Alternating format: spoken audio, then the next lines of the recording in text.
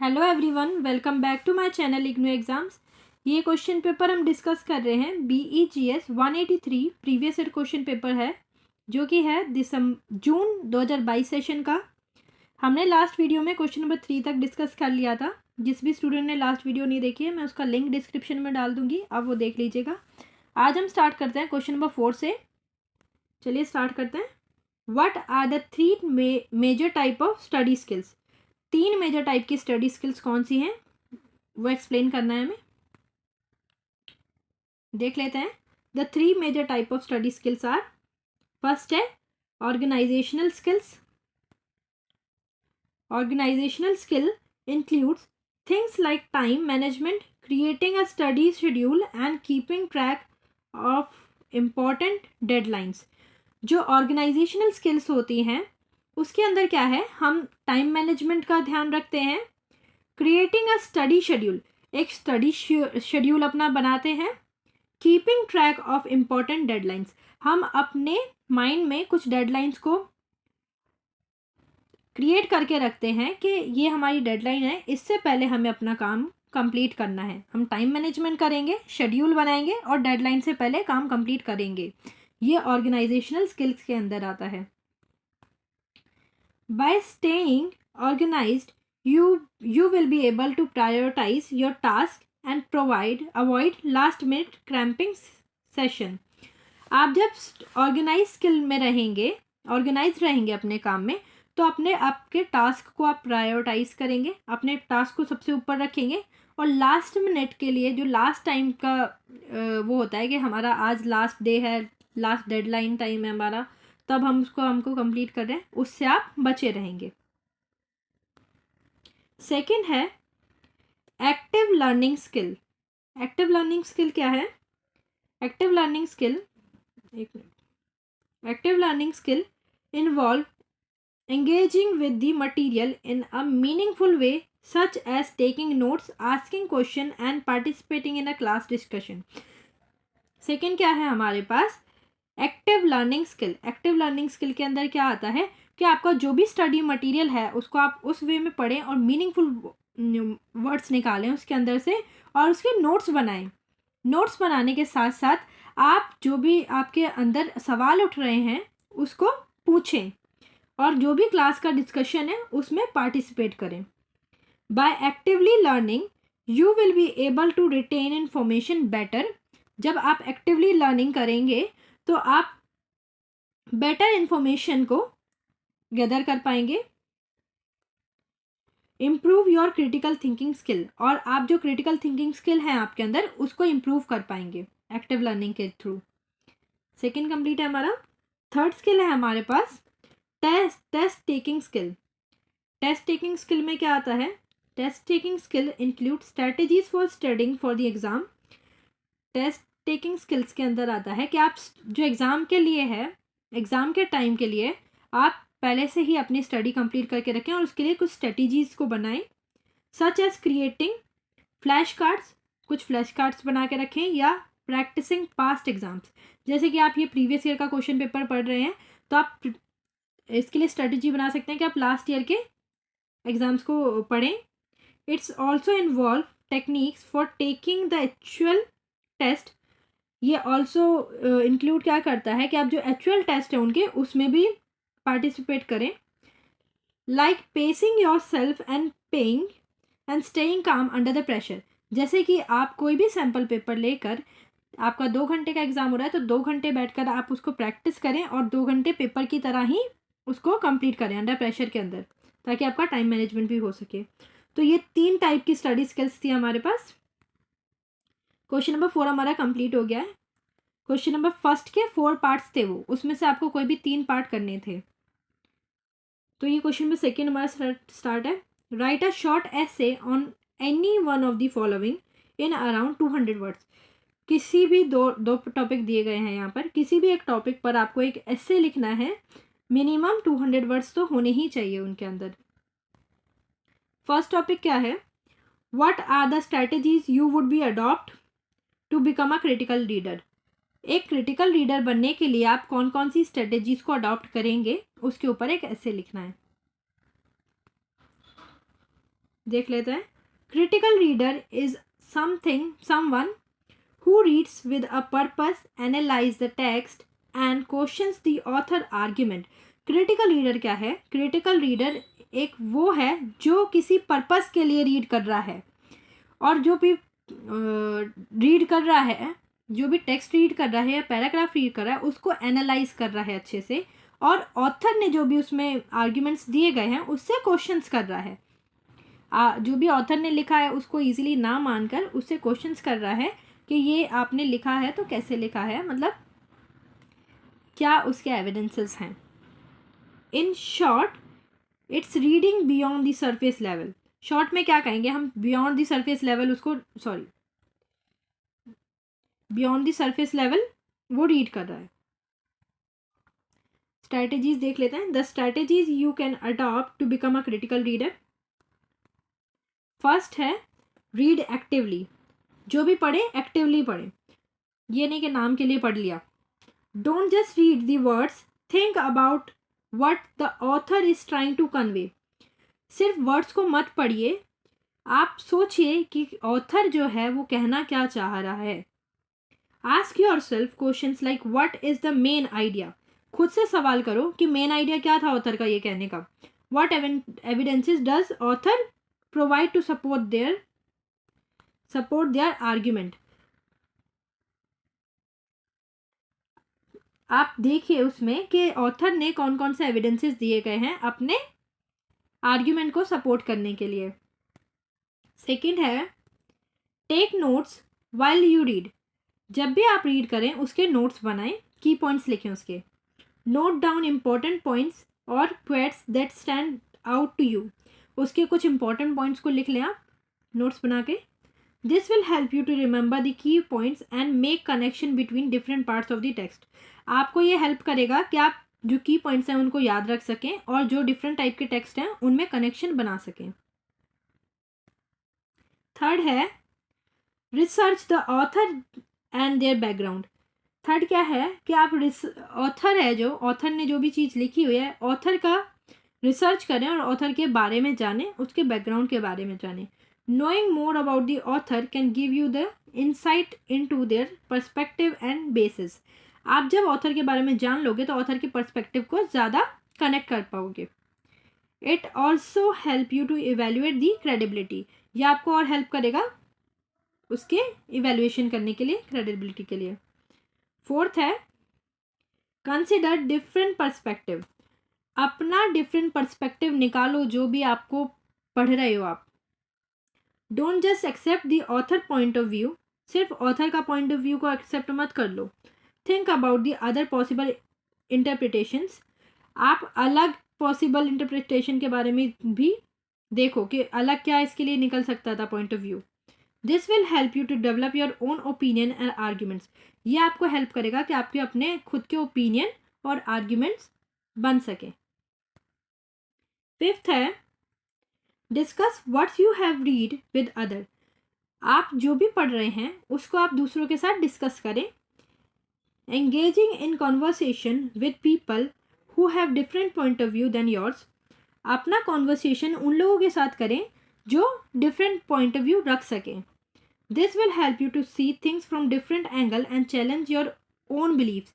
ये आपको हेल्प करेगा कि आप डिफरेंट एंगल से उस चीज़ को देख सकें और अपने आप को डिफरेंट पॉइंट ऑफ व्यू दे सकें, चैलेंज कर सकें। In conclusion becoming a critical reader take practice and effort. Conclusion क्या निकल के आया कि क्रिटिकल रीडर बनने के लिए प्रैक्टिस और एफर्ट की बहुत ज़रूरत है।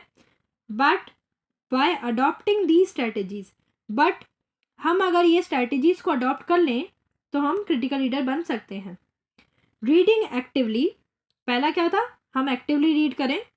नोट टेकिंग, कुछ की पॉइंट्स उसके बनाएं, नोट्स बनाएं। रिसर्चिंग द ऑथर, ऑथर के बारे में रिसर्च करें। कंसिडरिंग द डिफरेंट पर्सपेक्टिव निकालें कोई भी टेक्स्ट के बारे में। Discussing your own thoughts with other, आपके थॉट्स के बारे में दूसरों के साथ डिस्कस करें। यू विल बी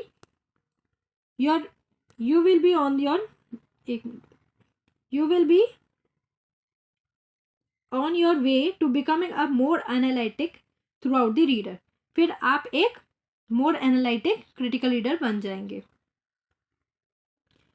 ये फर्स्ट हमारा था, उसमें हम वो आपको ऑप्शन है, पहला वाला भी कर सकते हैं और सेकंड भी कर सकते हैं, बट मैं दोनों समझा देती हूँ आपको। सेकंड टॉपिक क्या है, describe the Cornell note taking method. Cornell note taking method के बारे में हमें डिस्क्राइब करना है इसके ऊपर।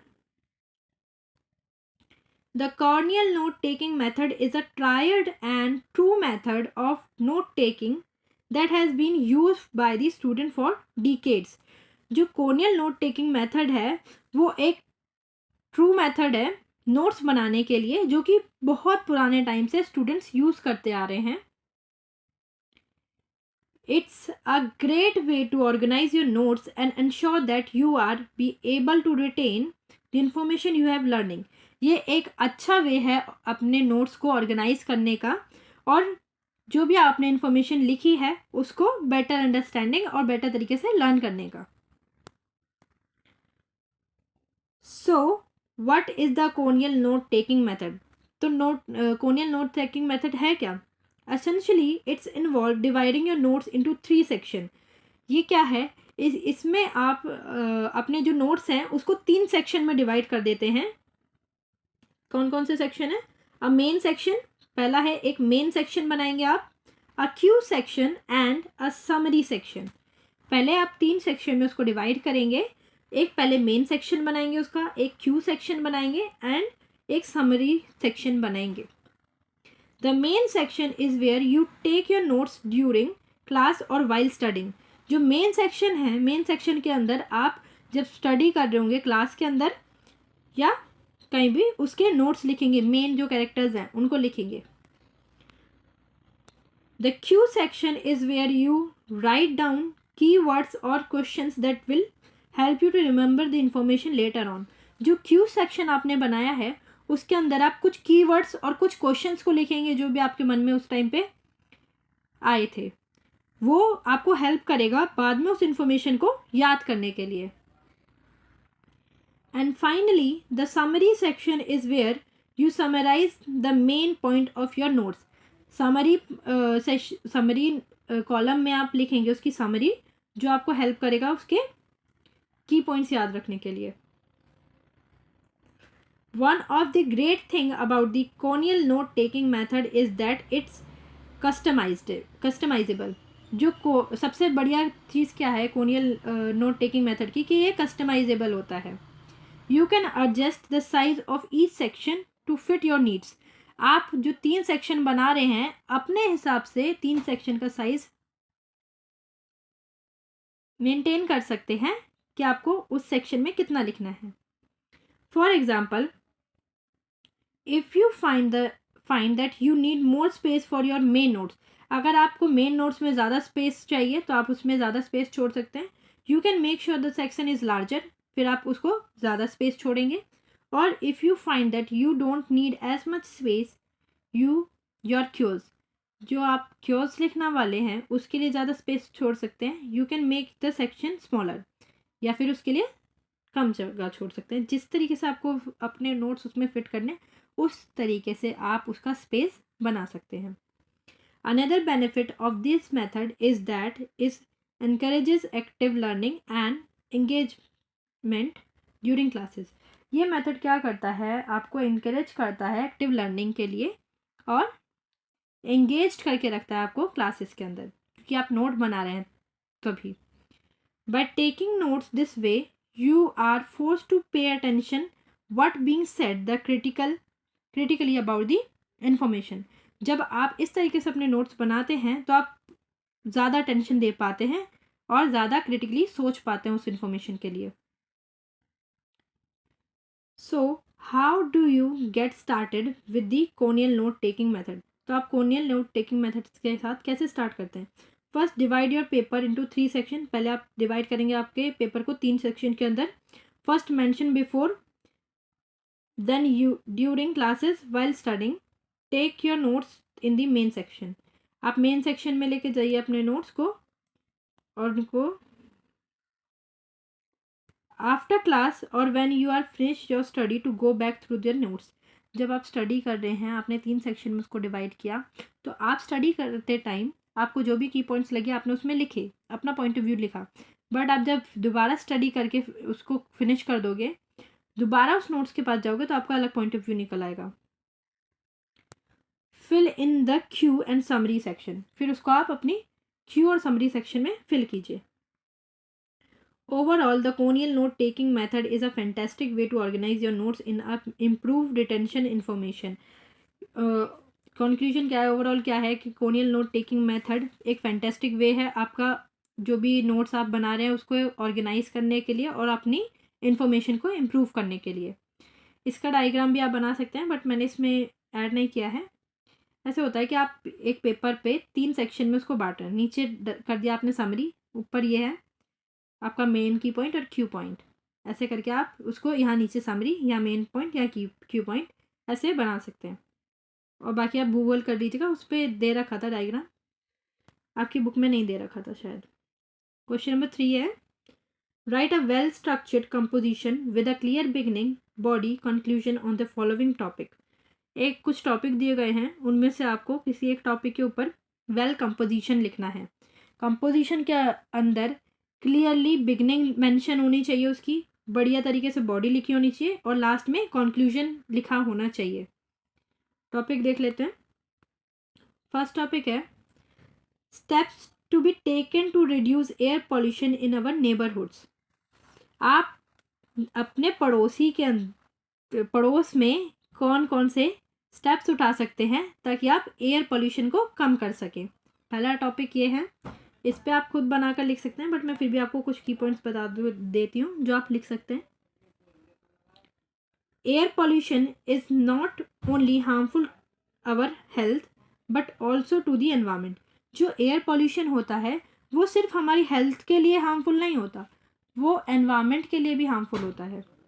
सो let's dive into the steps we can take to reduce air pollution in our neighbourhoods. तो हम कुछ स्टेप्स को देख लेते हैं जो हमारे एयर पोल्यूशन को कम कर सकता है हमारे पड़ोस में। Firstly we can reduce our dependence on personal vehicle. हम अपना जो पर्सनल व्हीकल यूज़ कर रहे हैं, जिस पर हम डिपेंड हैं, उसको कम करें। Instead of using cars, bikes और for short distance we can walk और साइकिल। जो हम शॉर्ट डिस्टेंस के लिए अपनी कार या बाइक को ले चलते हैं, एयर पोल्यूशन करते हैं उसके लिए, तो शॉर्ट डिस्टेंस के लिए हम वॉक करके भी जा सकते हैं या साइकिल का उपयोग कर सकते हैं। This not only reduces air pollution but also helps us to stay healthy और फिट। ये सिर्फ हमारा एयर पोल्यूशन को कम नहीं करेगा अगर हम वॉक करके जा रहे हैं और साइकिल से जा रहे हैं, ये हमको फिट भी रखेगा और हेल्दी भी बनाएगा। सेकेंड पॉइंट है, we can plant more trees to and encourage other to do the same. हम ज़्यादा से ज़्यादा प्लांट लगा सकते हैं और लोगों को भी एनकरेज कर सकते हैं कि ज़्यादा से ज़्यादा प्लांट्स लगाएं। Trees absorb carbon dioxide and other harmful pollutant from the air and release oxygen. जो ट्री है वो जो अदर हार्मफुल पॉल्यूटेंट हैं हमारे एयर के अंदर उसको अब्जॉर्ब कर लेती है और कार्बन डाइऑक्साइड को अब्जॉर्ब करती है और हमें बदले में ऑक्सीजन देती है। So let's make our neighbourhood greener and cleaner. तो हम अपने पड़ोस को ग्रीन और क्लीन बना सकते हैं इसके थ्रू। थर्ड है, we can use eco friendly product and reduce our carbon footprint. हम अपने इको फ्रेंडली प्रोडक्ट को यूज़ कर सकते हैं ताकि कार्बन से बने हुए प्रोडक्ट को कम किया जा सके। We can switch to LED bulb, use public transport और कारपूल एंड रिसाइकल वेस्ट। हम जो अपना वेस्ट है उसको रिसाइकल कर सकते हैं और एलईडी बल्ब्स का यूज़ कर सकते हैं और पब्लिक ट्रांसपोर्ट का ज़्यादा यूज़ कर सकते हैं पर्सनल ट्रांसपोर्ट की जगह। These small steps can make a big differences in reducing air pollution. ये छोटे steps बड़ा बदलाव ला सकते हैं एयर पोल्यूशन को कम करने के लिए। Fourthly, we can spread awareness about the air pollution and its effect on our health and environment. Fourth क्या है, हम अपने पड़ोस में अवेयरनेस फैला सकते हैं कि एयर पोल्यूशन के इफ़ेक्ट्स क्या हैं हमारी हेल्थ के ऊपर भी और हमारे एनवायरनमेंट के ऊपर भी। We can educate our friends, family about the steps they can take to reduce air pollution in our neighborhoods. हम अपने आस पड़ोस में जो हमारे फ्रेंड्स हैं, फैमिली मेम्बर्स हैं, उनको एजुकेट कर सकते हैं कि हम एयर पोल्यूशन को कैसे कम कर सकते हैं. Lastly we can support government initiatives and policies aim to reduce air pollution. हम जो गवर्नमेंट की पॉलिसीज़ हैं, इनिशिएशन है उनके एयर पोल्यूशन को कम करने के लिए, उसमें भी सपोर्ट ले सकते हैं. We can participate in campaigns like clean air for all. कुछ कैंपेन्स में भी हम पार्टिसिपेट कर सकते हैं, जैसे कि clean air for all, green city mission to make our neighbourhood cleaner and healthier, ताकि हम अपना जो नेबरहुड है उसको क्लीन बना सकें और हेल्थियर बना सकें. इसका कंक्लूजन देख लेते हैं. In conclusion, reducing air pollution in our neighborhoods is everyone's responsibility. जो एयर पॉल्यूशन को कम करने के लिए हमारे पड़ोस में सिर्फ हमारी जिम्मेदारी नहीं है, वो सबकी ही जिम्मेदारी है. By taking small steps like reducing vehicle usage, कुछ स्मॉल स्टेप्स को लेकर हम रिड्यूस कर सकते हैं, जैसे कि हमारा अपना पर्सनल व्हीकल को यूज़ कम कर दें. प्लांटिंग मोर ट्रीज़ को प्लांट करें, पेड़ लगाएं. यूजिंग इको फ्रेंडली प्रोडक्ट, जो इको फ्रेंडली प्रोडक्ट है उनको यूज़ करें. स्प्रेडिंग अवेयरनेस को स्प्रेड करें. एंड सपोर्टिंग गवर्नमेंट इनिशिएटिव्स, जो गवर्नमेंट ने इनिशिएटिव चलाए हैं उनको सपोर्ट करें. We can make a significant impact on our environment and health. ये सब करके हम अच्छा इम्पैक्ट कर लेंगे अपने एनवायरनमेंट पे भी और अपनी हेल्थ पे भी. Let's work together towards a clean and green future. हम सारे मिलकर ग्रीन फ्यूचर और क्लीन फ्यूचर के लिए काम करते हैं. तो ये था हमारा पैराग्राफ कंपोजिशन. क्वेश्चन नंबर 3 हमारा कंप्लीट हो गया. क्वेश्चन नंबर 4 हम नेक्स्ट वीडियो में स्टार्ट करेंगे, वरना बहुत लेंथी वीडियो हो जाएगा ये. आपको पसंद आया हुआ तो like share subscribe. Thank you.